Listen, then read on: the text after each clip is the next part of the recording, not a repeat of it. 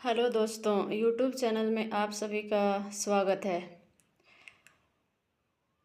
पहले हम लोग कल का जो भी करंट अफेयर्स था उसको पहले रिवीजन करेंगे, फिर आगे क्वेश्चंस देखेंगे।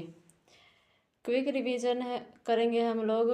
पहला पॉइंट है, महिला प्रीमियर लीग 2025 का फाइनल खिताब किसने जीता है? उत्तर है मुंबई इंडियंस ने, और उप विजेता रहा दिल्ली कैपिटल्स। दूसरा पॉइंट है, मार्च 2025 में ऑटोमोटिव टायर मैन्युफैक्चरर्स एसोसिएशन का नया अध्यक्ष किसे नियुक्त किया गया है? इसका उत्तर है अरुण मोमिन। अगला है, विश्व उपभोक्ता अधिकार दिवस 2025 कब मनाया गया है? उत्तर है इसका 15 मार्च को। इसका थीम था टिकाऊ जीवन शैली के लिए एक न्यायोचित परिवर्तन। पॉइंट नंबर 5 है, 15वां हॉकी इंडिया सीनियर महिला राष्ट्रीय चैंपियनशिप 2025 का खिताब किसने जीता है? उत्तर है हॉकी झारखंड ने। इसमें टॉप 3 टीम है। हॉकी झारखंड ने स्वर्ण पदक जीता, हॉकी हरियाणा ने रजत पदक जीता, हॉकी मिजोरम ने कांस्य पदक जीता। अगला पॉइंट है, आरबीआई के द्वारा 5वां डिजिटल भुगतान जागरूकता सप्ताह 2025 का आयोजन कब से कब तक किया गया है? उत्तर है इसका 10 से 16 मार्च तक। अगला है, किस राज्य सरकार ने मुख्यमंत्री समृद्ध परिवार योजना की शुरुआत की है? उत्तर है मध्य प्रदेश ने। अंतर्राष्ट्रीय आपराधिक न्यायालय के वारंट पर गिरफ्तार होने वाले पूर्व एशियाई राष्ट्रपति रोड्रिगो डुटरेंट किस देश से हैं? उत्तर है इसका फिलीपींस देश से।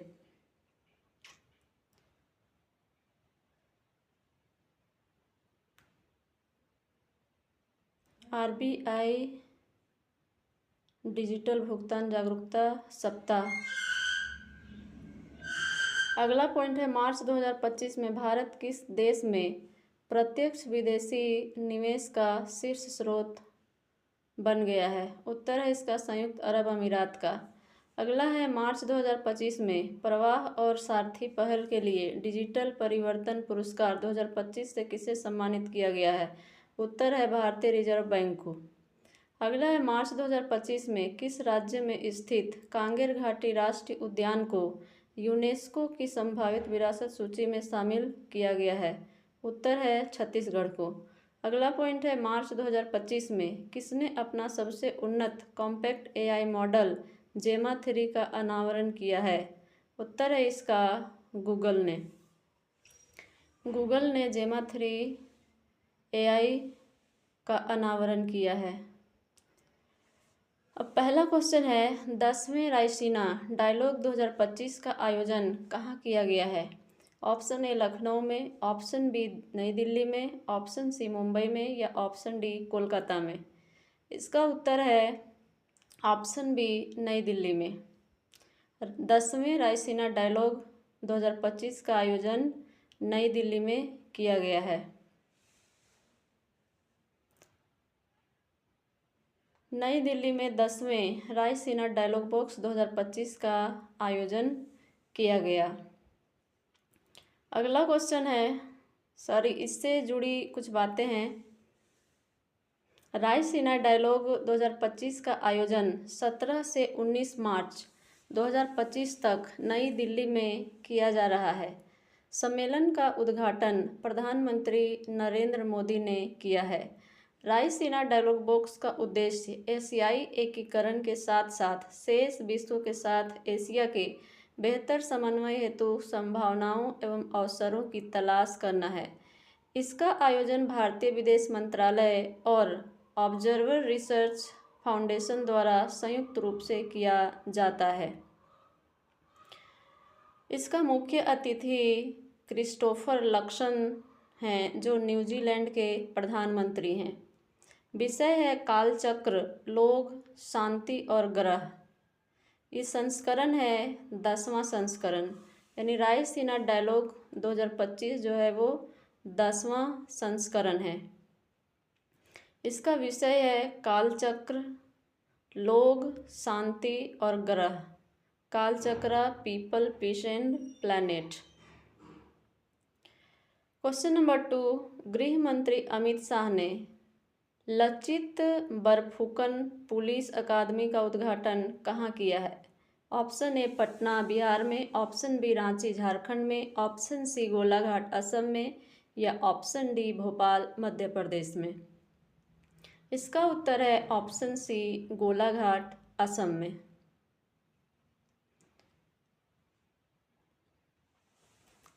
इसका इम्पॉर्टेंट पॉइंट है, केंद्रीय गृह मंत्री अमित शाह ने 15 मार्च 2025 को गोलाघाट में लचित बरफुकन पुलिस अकादमी का उद्घाटन किया है। इस अकादमी का उद्देश्य पुलिस बलों की क्षमता और दक्षता में वृद्धि करना है। लचित बरफुकन पुलिस अकादमी का नामकरण 17वीं शताब्दी के असमिया योद्धा लचित बरफुकन के सम्मान में किया गया है, जिन्होंने 1671 में सरायघाट के युद्ध में मुगल सेना को पराजित किया था।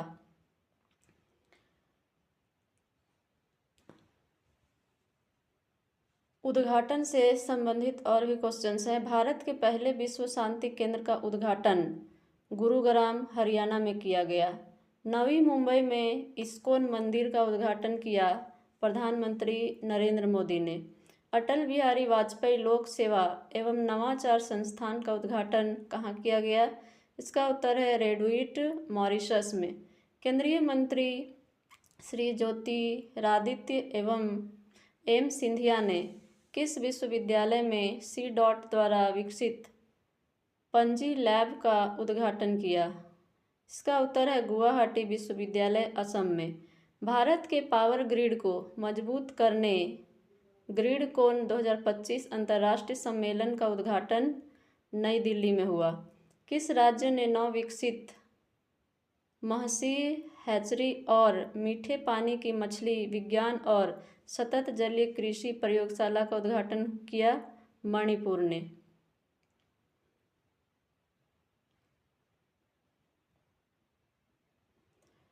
राष्ट्रपति भवन विविधता का अमृत महोत्सव 2025 के दूसरे संस्करण का उद्घाटन द्रौपदी मुर्मू ने किया।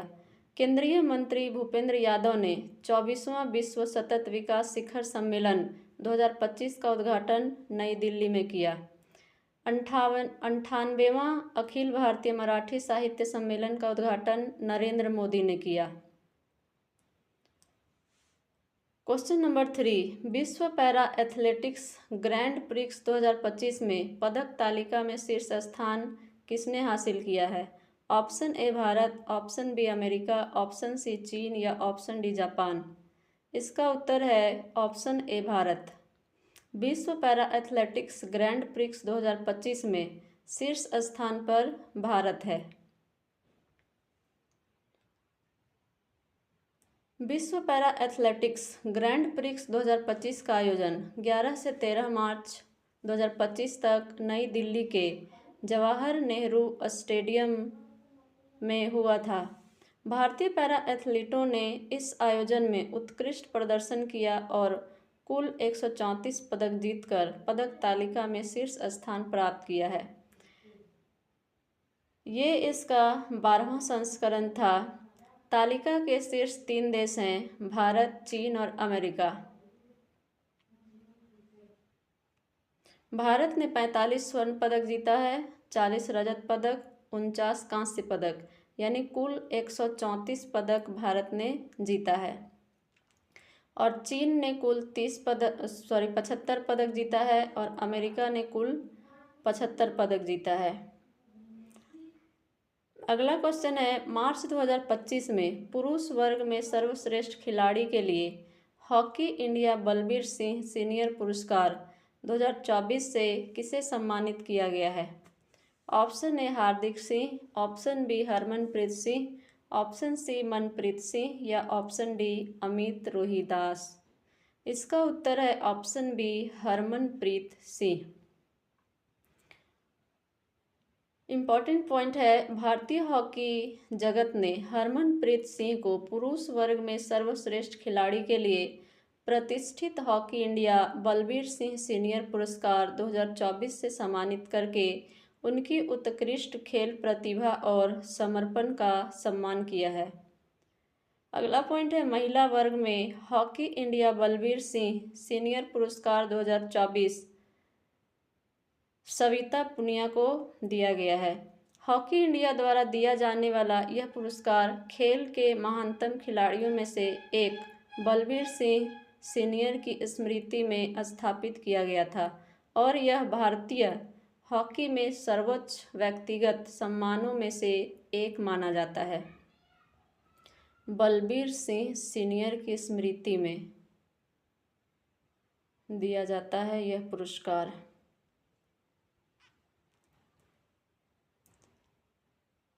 महिला वर्ग में hockey India Balbir Singh senior पुरस्कार सविता पुनिया को मिला है, ये इम्पॉर्टेंट है। अगला क्वेश्चन है राष्ट्रीय टीकाकरण दिवस 2025 कब मनाया गया है?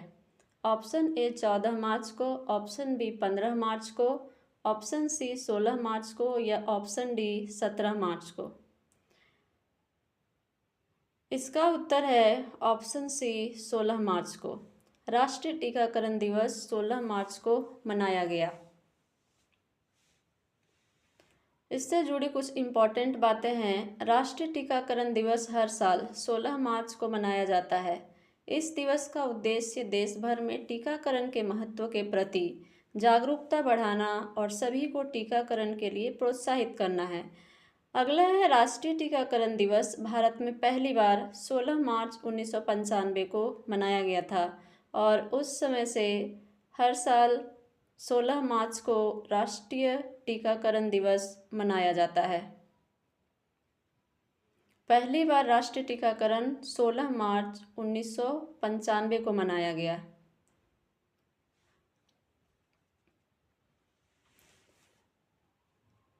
दिवस मार्च 2025 में कौन कौन से दिवस मनाए गए उनको सरसरी निगाहों से देख लेते हैं।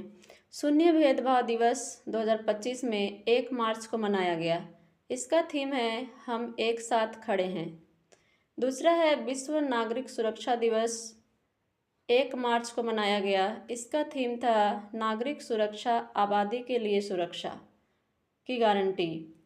पॉइंट नंबर 3 है विश्व समुद्री घास दिवस 1 मार्च को मनाया गया। पॉइंट नंबर 4 विश्व वन्य जीव दिवस 3 मार्च को मनाया गया। इसका थीम था वन्य जीव संरक्षण, वित्त, लोगों और ग्रह में निवेश। पॉइंट नंबर 5 है विश्व श्रवण दिवस 3 मार्च को मनाया गया। इसका थीम था सभी के लिए कान और श्रवण देखभाल। पॉइंट नंबर 6 है 54वां राष्ट्रीय सुरक्षा दिवस 4 मार्च को मनाया गया। थीम था इसका विकसित भारत के लिए सुरक्षा और कल्याण महत्वपूर्ण है। पॉइंट नंबर 7 है अंतर्राष्ट्रीय निशस्त्रीकरण और अप्रसार जागरूकता दिवस। पॉइंट नंबर 9 है अंतर्राष्ट्रीय महिला दिवस 8 मार्च को मनाया गया। इसका थीम तेजी से कार्रवाई करें। पॉइंट नंबर 10 है 54वां राष्ट्रीय सुरक्षा सप्ताह 4 मार्च को मनाया गया, 4 मार्च से 10 मार्च तक। थीम था इसका सुरक्षा और कल्याण विकसित भारत के लिए महत्वपूर्ण है। पॉइंट नंबर 11 है धूम्रपान निषेध दिवस 12 मार्च को मनाया गया। विश्व किडनी दिवस 13 मार्च को मनाया गया। विश्व नींद दिवस 14 मार्च को मनाया गया और पाई दिवस 14 मार्च को मनाया गया। इसका थीम था पाई दिवस का थीम था रोज़मर्रा की ज़िंदगी में गणित। विश्व नींद दिवस का थीम था नींद के स्वास्थ्य को प्राथमिकता बनाएं। विश्व किडनी दिवस का थीम था क्या आपकी किडनी ठीक है, समय रहते पता लगाएं, किडनी के स्वास्थ्य की रक्षा करें। और धूम्रपान दिवस मनाया गया 12 मार्च को। अगला क्वेश्चन है मार्च 2025 में मध्य पूर्व में मरीन सिक्योरिटी बेल्ट 2025 नामक संयुक्त सैनिक अभ्यास किन 3 देशों ने किया है? ऑप्शन ए अमेरिका, फ्रांस और ब्रिटेन, ऑप्शन बी ईरान, चीन और रूस, ऑप्शन सी भारत, जापान और ऑस्ट्रेलिया, ऑप्शन डी सऊदी अरब, संयुक्त अरब अमीरात और कतर। उत्तर है इसका ऑप्शन नंबर बी ईरान, चीन और रूस। ईरान, चीन और रूस के बीच मरीन सिक्योरिटी बेल्ट 2025 नामक संयुक्त सैनिक अभ्यास किया गया। इससे जुड़ी इम्पॉर्टेंट बातें, मध्य पूर्व में मरीन सिक्योरिटी बेल्ट 2025 नामक संयुक्त नौसैनिक अभ्यास चीन, ईरान और रूस ने किया है। यह अभ्यास ओमान की खाड़ी में आयोजित हुआ है। मरीन सिक्योरिटी बेल्ट ओमान की खाड़ी में हुआ। इस अभ्यास का उद्देश्य समुद्री सुरक्षा को बढ़ावा देना, व्यापारिक जहाज़ों की सुरक्षा सुनिश्चित करना और क्षेत्रीय स्थिरता बनाए रखना है। यह अभ्यास इन तीन देशों के बीच बढ़ते सैन्य सहयोग का प्रतीक है। पहली बार 2018 में आयोजित किया गया था। मरीन पहली बार 2018 में।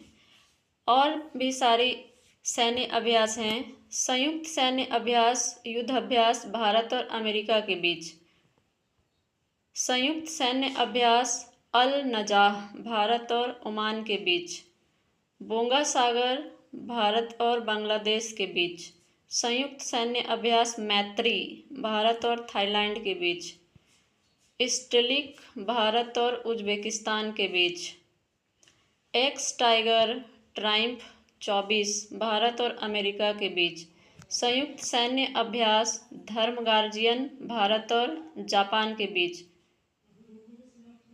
जिमैक्स भारत और जापान के बीच।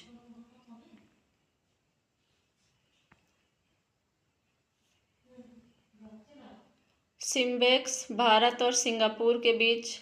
काजिद भारत और कजाकिस्तान के बीच। नौसैनिक अभ्यास वरुण भारत और फ्रांस के बीच। शक्ति भारत और फ्रांस के बीच। गरुड़ भारत और फ्रांस के बीच। अगला क्वेश्चन है, भारत 2025 में गोल्ड मर्करी अवार्ड 2025 से किसे सम्मानित किया जाएगा? Option A Narendra Modi, option B Antonio Guterres, option C Dalai Lama या ऑप्शन डी जो बाइडेन। इसका उत्तर है ऑप्शन सी दलाई लामा। दलाई लामा को गोल्ड मर्करी अवार्ड से सम्मानित किया जाएगा। गोल्ड मर्करी अवार्ड 2025 से तिब्बती धर्मगुरु दलाई लामा को सम्मानित किया जाएगा। उन्हें यह सम्मान विश्व में अहिंसा, करुणा और पर्यावरण संरक्षण में योगदान के लिए दिया जा रहा है। यह समारोह 31 मार्च को उनके निवास स्थान धर्मशाला में आयोजित किया जाएगा। यह पुरस्कार दलाई लामा को गोल्ड मर्करी इंटरनेशनल द्वारा दिया जाएगा। गोल्ड मर्करी इंटरनेशनल एक अंतर्राष्ट्रीय संगठन है जो मानवता की सेवा में उत्कृष्ट योगदान देने वाले व्यक्तियों को सम्मानित किया जाता है। गोल्ड मर्करी अवार्ड दिया जाएगा दलाई लामा को। दलाई लामा तिब्बत के धर्मगुरु हैं। यह समारोह 31 मार्च को किया जाएगा धर्मशाला में। अगला क्वेश्चन है, 20वीं राष्ट्रीय युवा एथलेटिक्स चैंपियनशिप 2025 में किसने शीर्ष स्थान हासिल किया है? Option A Jharkhand, option B Haryana, option C Madhya Pradesh या ऑप्शन डी उत्तर प्रदेश। इसका उत्तर है ऑप्शन बी हरियाणा। 20वीं राष्ट्रीय युवा एथलेटिक्स चैंपियनशिप 2025 में शीर्ष स्थान प्राप्त किया है हरियाणा ने। 20वीं राष्ट्रीय युवा एथलेटिक्स चैंपियनशिप 2025 का आयोजन 10 से 12 मार्च 2025 तक पटना के पाटलिपुत्र खेल परिसर में किया गया है।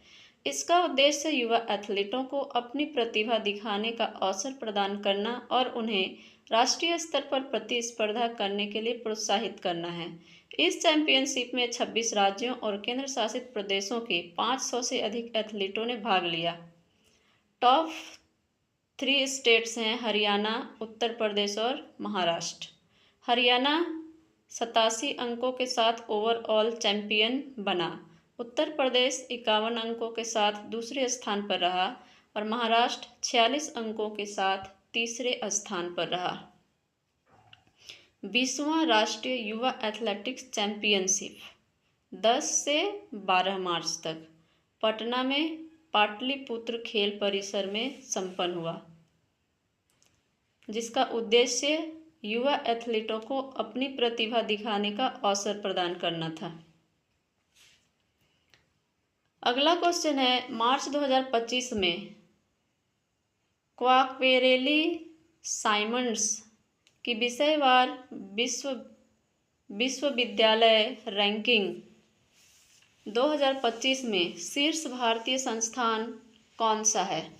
ऑप्शन ए भारतीय प्रौद्योगिकी संस्थान IIT दिल्ली, भारतीय प्रौद्योगिकी संस्थान IIT बॉम्बे, ऑप्शन सी भारतीय खनन विद्यापीठ ISM धनबाद या भारतीय प्रबंधन संस्थान IIM अहमदाबाद। उत्तर है इसका ऑप्शन सी भारतीय खनन विद्यापीठ धनबाद। क्वाकवेरेली साइमंड्स की विषयवार विश्वविद्यालय रैंकिंग 2025 में भारतीय खनन विद्यापीठ ISM धनबाद ने भारतीय संस्थानों में सर्वोच्च स्थान प्राप्त किया है। यह संस्थान खनन और खनिज इंजीनियरिंग विषय में विश्व स्तर पर 20वें स्थान पर रहा, जो पिछले वर्ष के 41वें स्थान से उल्लेखनीय सुधार है। टॉप 50 में शामिल होने वाला एकमात्र निजी भारतीय संस्थान सविता इंस्टीट्यूट चेन्नई, जो दंत चिकित्सा क्षेत्र है। टॉप 3 संस्थान हैं Massachusetts Institute of technology MIT, second में है इंपीरियल कॉलेज लंदन और थर्ड में रहा हार्वर्ड विश्वविद्यालय और ऑक्सफोर्ड विश्वविद्यालय। संयुक्त रूप से ये दोनों जो है वो तीसरे नंबर पर है। पहले लेवल पर रहा Massachusetts Institute of Technology. Question number 10, March 2025 में 7वां हॉकी इंडिया जमनलाल शर्मा पुरस्कार 2024 किसे प्रदान किया गया? Option A Prasar Bharati, option B Doordarshan, option C All India Radio या option D Press Trust of India. उत्तर है इसका ऑप्शन ए प्रसार भारती। प्रसार भारती को 7वां हॉकी इंडिया पुरस्कार मिला। मार्च 2025 में आयोजित 7वें वार्षिक हॉकी इंडिया पुरस्कार समारोह में हॉकी इंडिया जमनलाल शर्मा पुरस्कार 2024 से प्रसार भारती को सम्मानित किया गया है। यह पुरस्कार भारतीय हॉकी के प्रचार प्रसार और विकास में महत्वपूर्ण योगदान देने वाले संगठनों या व्यक्तियों को प्रदान किया जाता है। प्रसार भारती ने राष्ट्रीय और अंतर्राष्ट्रीय हॉकी प्रतियोगिताओं के सजीव प्रसारण और व्यापक कवरेज के माध्यम से खेल को लोकप्रिय बनाने में महत्वपूर्ण भूमिका निभाई। प्रसार भारती से संबंधित पॉइंट है, प्रसार भारती भारत का सबसे बड़ा सार्वजनिक प्रसारण संगठन है। इसका मुख्यालय नई दिल्ली में है। स्थापना 23 नवंबर 1997 को हुआ। इसके अध्यक्ष हैं नवनीत कुमार सहगल। प्रसार भारती का अध्यक्ष नवनीत कुमार सहगल हैं। स्थापना 23 नवंबर 1997 को। पुरस्कार और सम्मान 2024-25 में जो मिला, मिसेज यूनिवर्स 2025 का खिताब एंजिला स्वामी को मिला। 25वें अंतर्राष्ट्रीय भारतीय फिल्म अकादमी पुरस्कार 2025 में सर्वश्रेष्ठ फिल्म का पुरस्कार लापता लेडीज को मिला। सुभाष चंद्र बोस आपदा प्रबंधन पुरस्कार 2025 किस संस्थान को दिया गया? उत्तर है इसका भारतीय राष्ट्रीय महासागर सूचना सेवा केंद्र हैदराबाद को। किस राज्य की झांकी गणतंत्र दिवस परेड 2025 में सर्वश्रेष्ठ झांकी रही? ये रहा उत्तर प्रदेश की। मेजर ध्यानचंद खेल रत्न 2025 मनु भाकर, डी गुकेश, हरमनप्रीत सिंह और प्रवीण कुमार को दिया गया। 82वां वार्षिक गोल्डन ग्लोबल पुरस्कार 2025 में सर्वश्रेष्ठ मोशन फीचर ड्रामा पुरस्कार द ब्रूटलिस्ट को मिला। प्रतिष्ठित महाराजा हरि सिंह पुरस्कार 2025 लेफ्टिनेंट गवर्नर मनोज सिन्हा को दिया गया।